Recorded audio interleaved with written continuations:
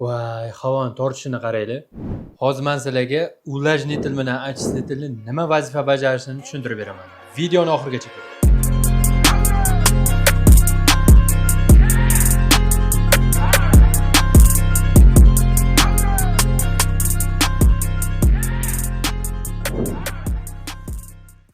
Ulajnitel olishi kimlarga maslahat berasiz? Ulajnitel olishni uyda har xil konditsioner, pechka, tupli pol, havoni qurituvchi barcha uskunalar bor joylarga tavsiya qilamiz. Ulajnitel ya'ni o'zida suv solinganda suvni kislorod qilib havoni namlab beradi. Ya'ni vlajniy qilib turadi. Unda yo'talga, keyin ertalab uyg'onganingizda ham boshingiz og'rib, svij bo'lib uyqudan turishingizga kislorod yetarli darajada yetkazib beradi. Achsnitelimizni qatga qo'yishni maslahat berasiz?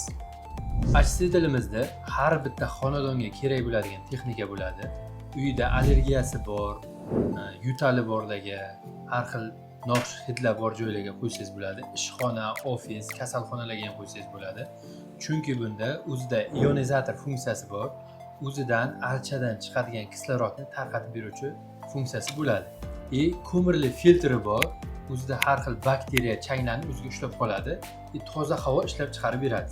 Barchaga kerakli bo'ladigan texnika hisoblanadi.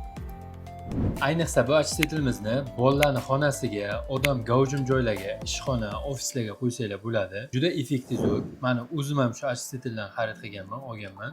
Ertalab uyg'onishingizga ham svij bo'lib, energiya to'plab uyg'onsangiz bo'ladi. Yana shunaqa foydali ma'lumotlarni bilish uchun bizni Instagram sahifamizga obuna bo'lib qo'ying. Keyingi safar qaysi texnika to'g'risida ma'lumot olish uchun kommentariyada yozib qoldiring.